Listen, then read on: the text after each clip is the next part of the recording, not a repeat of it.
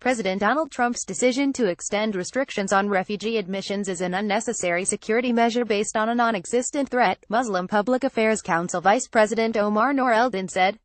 On Tuesday, Trump signed an executive order to resume a refugee admissions program that includes tight restrictions and stricter vetting procedures for citizens from 11 unnamed high-risk countries.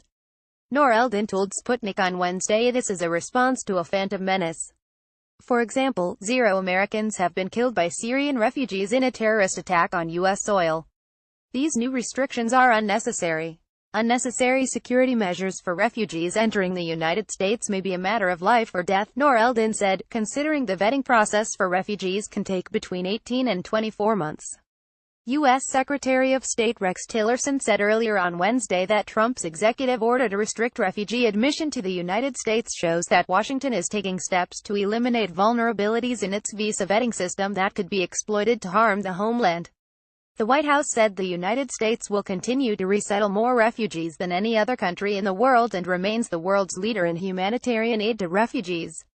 The refugees currently undergo differing levels of security checks when applying for admission to the U.S., depending on the perceived risk they might present, including running their biographic and biometric data against law enforcement and intelligence databases.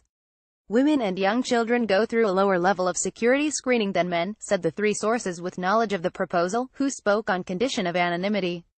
The proposed changes would bring their security checks more in line with what is required for adult male refugees. Successive Republican and Democratic administrations have focused most of their attention on adult men who tend to join militant groups such as Al-Qaeda and Islamic State in greater numbers than women. A State Department official declined to comment on any refugee vetting processes while the review is underway. The government is taking steps to further intensify refugee screening to uphold the safety of the American people, the official said. Department of Homeland Security spokesman Dave LaPone declined to comment, and said the administration is finalizing security enhancement recommendations as part of the 120-day review. A White House spokeswoman said there were no announcements at this time. All refugees referred for resettlement in the U.S. are run through a database with watchlist information, called the Consular Lookout and Support System. Refugees can be singled out for a higher level of review based on their age, nationality, or gender.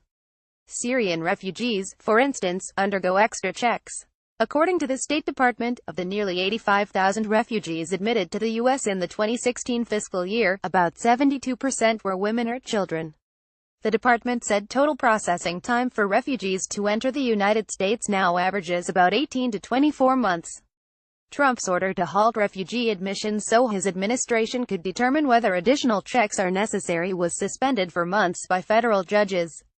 The U.S. Supreme Court eventually allowed it to go in effect for all refugees except those with close ties to the U.S. Trump also lowered the maximum number of refugees to be allowed into the U.S. in 2017 to 50,000 from the 110,000 originally set by former President Barack Obama, a Democrat. The 2018 level has been set at 45,000, the lowest number in decades.